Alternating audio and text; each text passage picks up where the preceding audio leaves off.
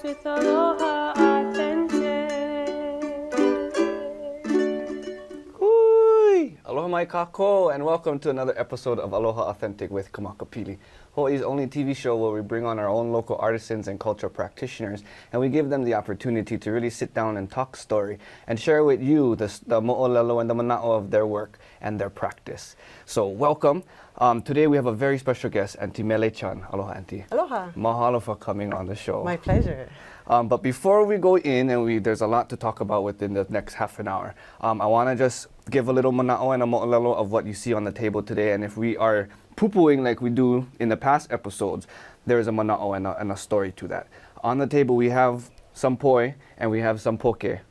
For me, growing up, my tutu always said when the bowl of poi is open on the table, there is no negative talk at the table, because we don't want that negative energy and that negative mana to be sucked into the poi and spoil it so it doesn't taste good. So with that symbolism, we're using that because the conversation that we're going to have today is all about creation and is about life. So that's why the poi is on the table. So if we poo-pooing, get your own bowl of poi and poo-poo along with us. That would be awesome. That being said, let's just go right into it. So Auntie, you're a third generation Hulu practitioner. Yes, I am. So share a little bit, just so people know and you can establish where you come from. Mm-hmm. How did you get into lei hulu? Well, as the third generation, so my tutu is who I learned from, and her name was, or people knew her as Auntie Mary Lou, but Mary Lou Kekueva is my tutu. And then my mama was Paulette Kahalepuna. And so tutu started because of Aloha Week.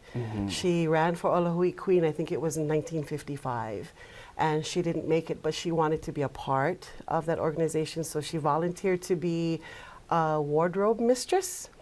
And so part of that was taking care of the hulu and making new hulu and so forth. So from that became her love, her passion in life, and then she passed it on. My mama, when she was a senior at Kamehameha, had to do a project for Hawaiian culture. So she came home and she says, Mama, can you teach me how? She said, well, I was waiting. And so Mom learned, and eventually, over time, it became her life's passion. My tutu sat me down when I was 5 and put feathers in front of me and said, do this, do this. And so I made my first lei hulu when I was 5. I still have it, and I still do it today. And though at times I wasn't in love with hulu, I didn't like it, I did it when I had to, I have grown to love it. And I'm very proud to be the third generation to continue our legacy and perpetuate this part of our culture. It's so awesome. Yeah. So just to let you guys know, lei hulu, lei is a lei that you put, or a garment that, or a garland that you put around your neck. Hulu is feather. So whenever we say lei hulu, is talking about feather leis such as this. But there are so much other things that you make with feather.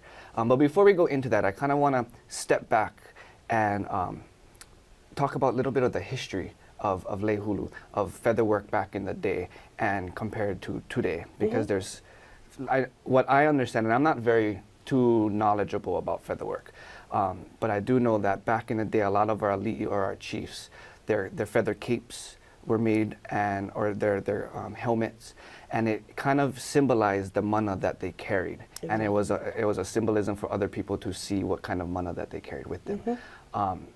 And if you have a chance, because I know Bishop Museum has a exhibition going on right now, Lele o na Manu. So if you have a chance, go down and check out, because Chief Kalani Opu'u's ahu'ula, or his cape and his helmet, his mahiole, has just arrived.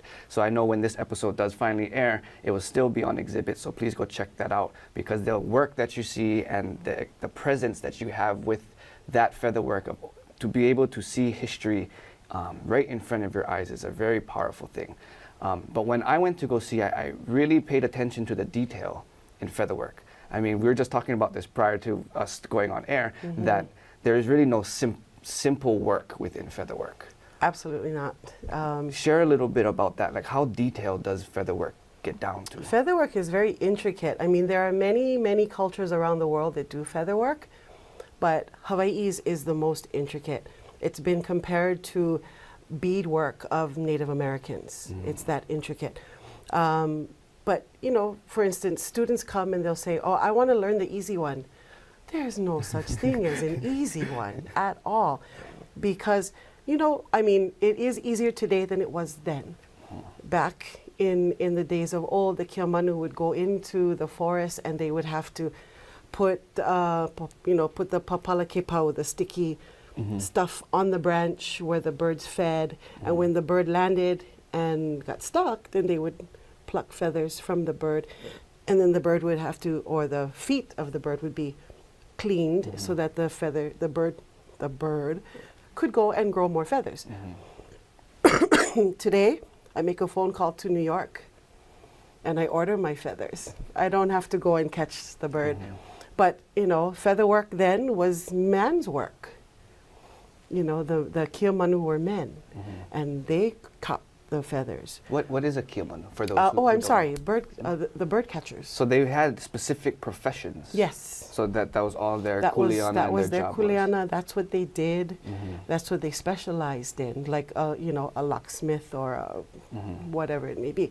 And you know, so hulu, whether it was an ahu'ula or it was a mahiole or it was a lei or any other feathered item, it was men's work. You know, and today, you know, you think of it as a dainty sort of an art, so it's women's work.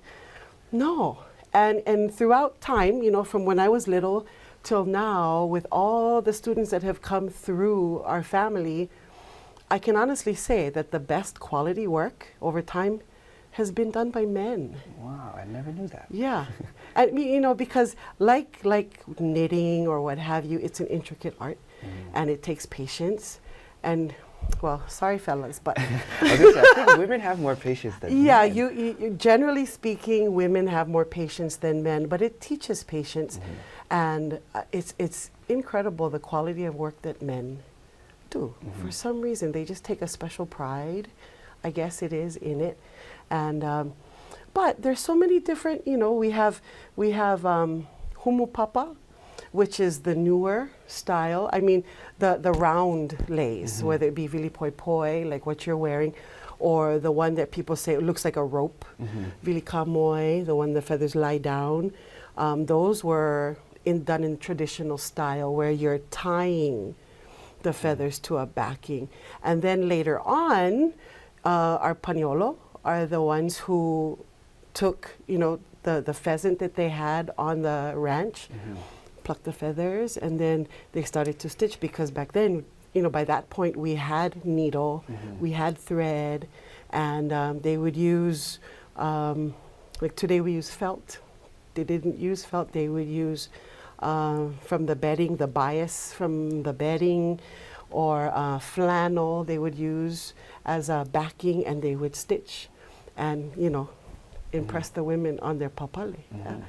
So over time, things have evolved using what we have, and so, you know, as a adaptation of the round styles, something like this, you know, we call lei lokelani or lei pikake because it resembles that, and it's the exact same tying method, but we use what we have today. We stick a bead in it and make it cling to the bead so it looks like a bud, you know, versus just laying like a rope.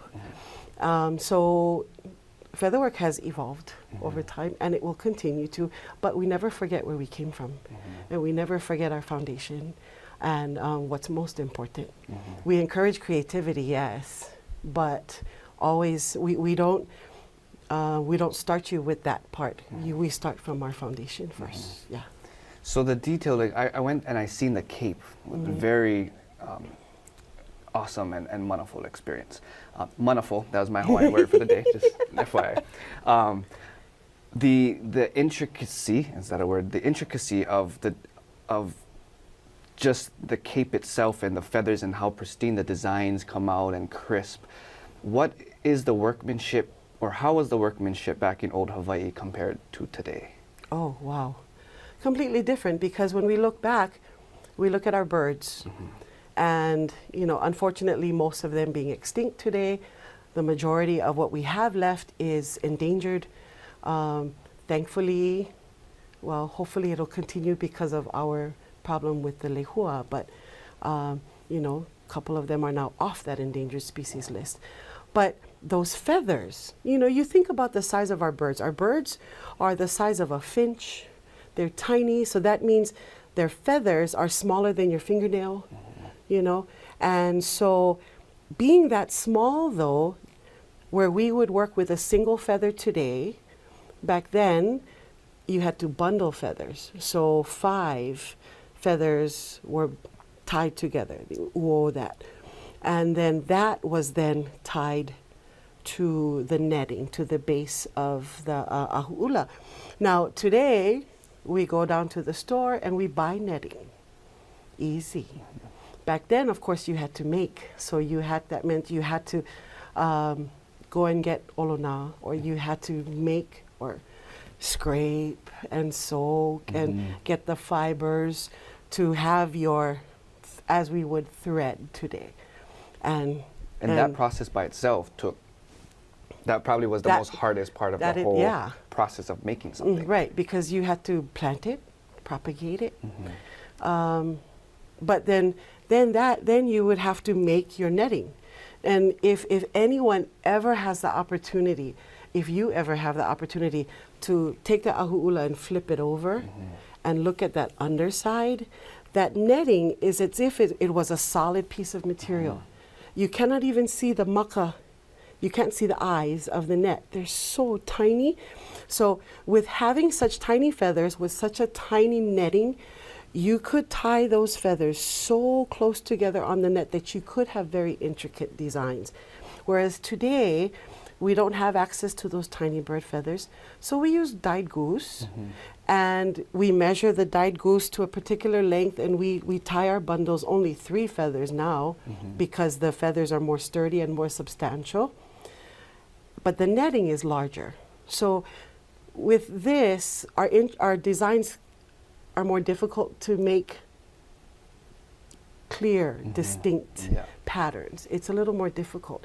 So as we were talking about earlier, and I've talked about with many people, we want to go backwards to go forward. You know, we want to go back to what was done in order to move forward with what we do. So we're excited. So many of us, you know, Hulu people, we're excited about learning more about our plants and producing our own cordage and being able to make our own kaula and be able to make our own netting and so forth, so that we can get back to those little feathers and creating these intricate designs. And so it's exciting where Hulu's going to go in the future. Was there any meaning to the designs that were put into capes, or well, all I know is capes. Like, were there specific, maybe just a broad knowledge of what these designs represented, or was it like it just depend on who it was for? Like Kalani Opu'u's ahu'ula, for example. You know, big triangles. Is there? I just, it might be a dumb question, but in your particular practice, was there specific meanings to these designs? Oh, of course, everything had a meaning. Now, I don't know personally about specific designs, but generally speaking, yes, there was symbolism in the designs, whether they were the ahu'ula or even in the mahiole and in the lehulu as well. There were always, it stood for where you were from.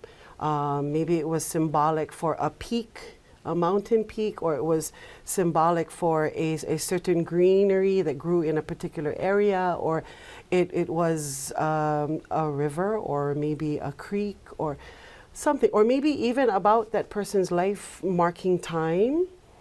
Very much like a kakao, would often be. Same sort of symbolism. Awesome. And today, like, where do you see featherwork today in Hawaii, or just in general? Like, I know it has traveled, and it doesn't mean the same as it did in the past. What do you think the importance of continuing Hulu today is? Oh, it's very important because we have to educate people about what hulu meant in the past so that we can appreciate it even more so today. It's not just something pretty that you know, frame and you give as an award. It's not just something that you give to a newlywed couple. It's more than that. Yes, it's art, and yes, it's beautiful, but it has an origin, it has a meaning, it had a purpose. And so we need to be able to educate people, and that's part of what I was taught to do. You know, my tutu's focus was to educate, to share, to pass it on so it grows. And so hulu today is very important. And what's really neat is that it's growing. The interest is growing, and more students are calling, and I'm thinking to myself, Lord, help me. There's not enough time in the day. There's only one of you. There's only one of me. And when I have kokua, I so, you know, appreciate that. And so being the third generation, there are many people who have come from that, many students that have been produced throughout this legacy. And so many of them are so wonderful to step up and say, hey, you need help, I'm here.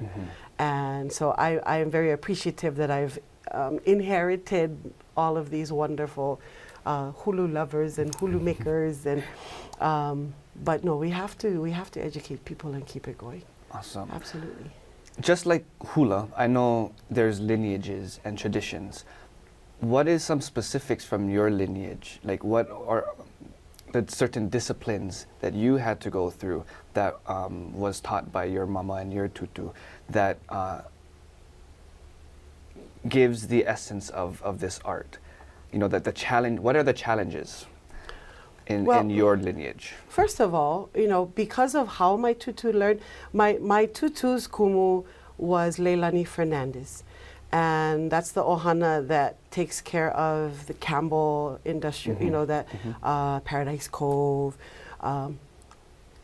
Anyway, so Leilani Fernandez was her teacher, and she wasn't taught specific protocols or anything serious. It was done for a purpose of costuming. But over time, with things that have been shared with my ohana and just our own, you know, it's so important, like so many other things, that before you start your work, you pule. Yeah, and that was always instilled in us. Before you touch your feathers, before you talk about anything, you pule first, because, you know, you need Kekua's guidance. You don't do it all yourself. So that was utmost. You pule before you start, and you pule when you pau to give thanks. And while you're working, you know, it's all positive. It's all good thoughts, which is not always easy to keep, you know, because working with something intricate like this, you get frustrated, and then you pull tight and pop, you broke your string. And then you get all mad, but, you know, so put it down, walk away. Put it down, walk away. Go relax, go breathe some air, you know, someplace, or think of a happy song or a good thought and come back and try it again. So nothing really challenging. It's all, for us, for my family, it's all just common sense and common part of our culture and our being as people.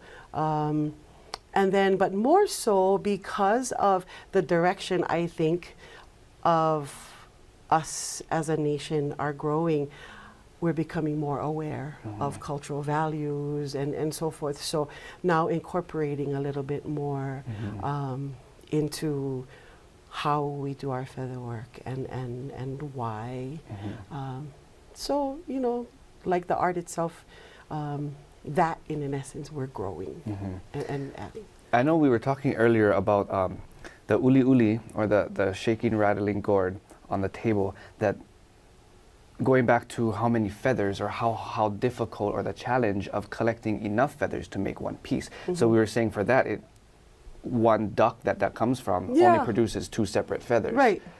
The very center of that piece, of that uli uli, people look at it and they go, oh, they're weird feathers because they're curled. But they're naturally curled, and that comes from the tail of a male mallard duck. And there's only 2 on the duck. Now, I didn't go out and chase ducks around some hotel grounds. I go pull them. That was you over there.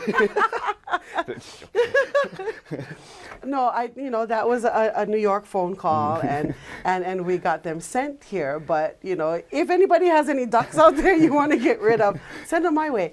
But But yeah. you go down to the detail of the size. Yeah, so the size, the placements, how many. So in that sense, that's some other discipline of patience of really going through every single feather and categorizing Right. onto however. I mean, because when you look at each style, when you're doing a poi poi, you're doing a lei hulu like this, you have to cut, any lei hulu you do, you have to cut your feathers to a specific length because you don't want them all mutu any kind all over.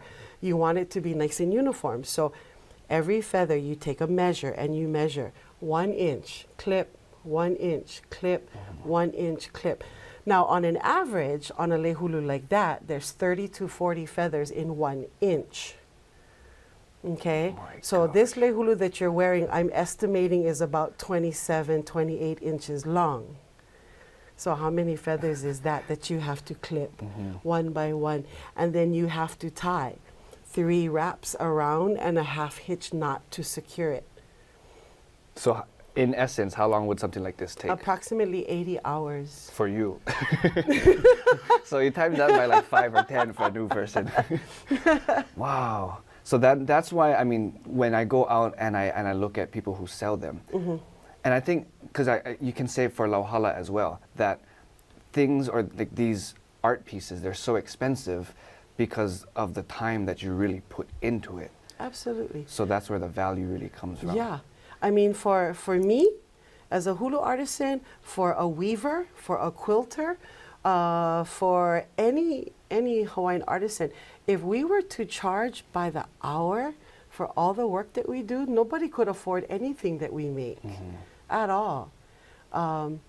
So we can't charge that way, And the only reason why I bring it up was because I do know that it is hard for people to afford things like that, and for our own people, some people they get a little bit hoo-hoo. It's like, oh, I can't afford that. You guys are just you're selling the culture or whatever.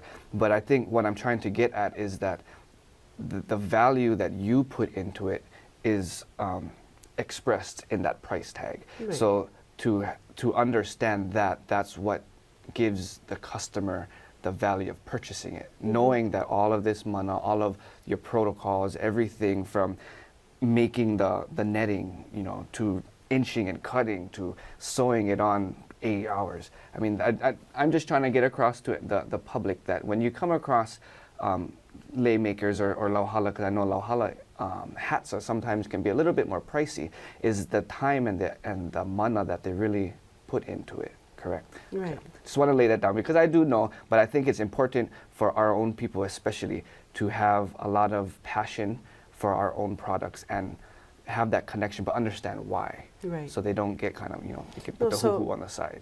People comment about the cost of a particular item. They say, come, sit down. Come, sit down. See how long that lasts. Yeah, and you put the feathers in front of them and you teach them.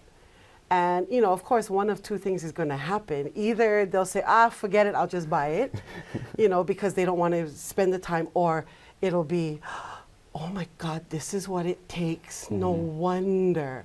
And that's what we hope for. We hope that they see it and they get it and they have that aha moment, and then we gained a new student. Yeah. That's what we hope for. Awesome. So what do? You do workshops. Yeah. Yes. So I know we have some pictures from the Native Hawaiian Arts and Culture Expo that you've done last year, and you were teaching how, I believe it was kupe'e. What are some things that you do in your workshops? What are some stuff that you teach? Well, it depends on the time that we're allowed in the workshop, but first of all, basic history, but on how to make a lei hulu if we have time. Like for the workshop that I did, we did, like you said, a kupe'e, but I did this style. I did the rosebud style because it's not easy, but it's a little faster moving and something that was possible to complete in the time allowed. But we've done workshops where we've done, the poi poi. We've done a kamoy. I've run several, and my mama and so forth have run several 2-day workshops where you do both. You learn both styles. But then, also one-on-one classes are preferred. It's easier to work with individuals, but I love teaching. Where else do you do workshops?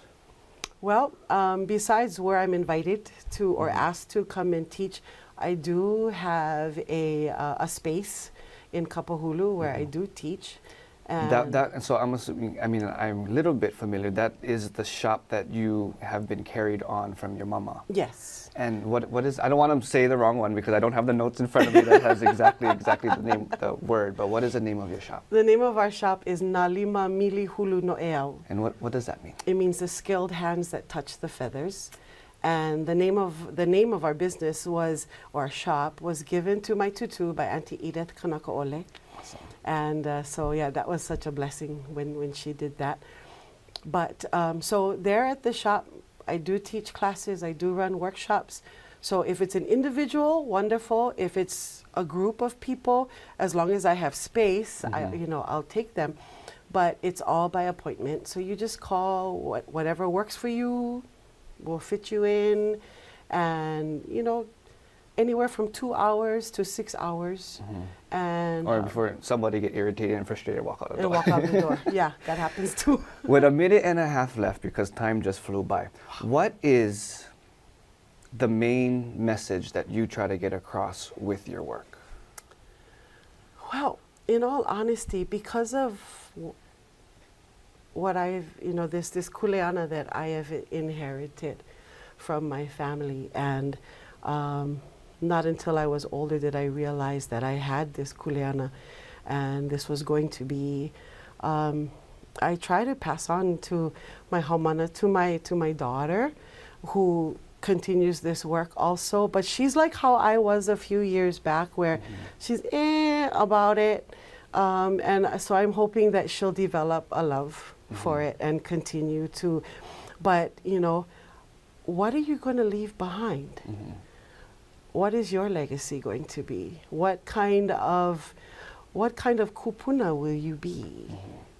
I think that's important to pass on, to make you realize. Yeah. So it's one of those that you really just have to get your hands on it and do it for yourself. Yeah. Well, I don't want to rush, and I always feel bad when it comes down to the 18, 17, 16 clicking down. But if you have any more questions, or if you actually have questions or you want to find out more, go onto our Facebook page at facebook.com/Aloha Authentic and give us some comments and we can pass it on to Auntie Mele. But before I get cut off, thank you very much for paying attention and watching, and come join us next month at Aloha Authentic with Kamakapini. Aloha no, hui hou. See the spirit of aloha through the arts with aloha.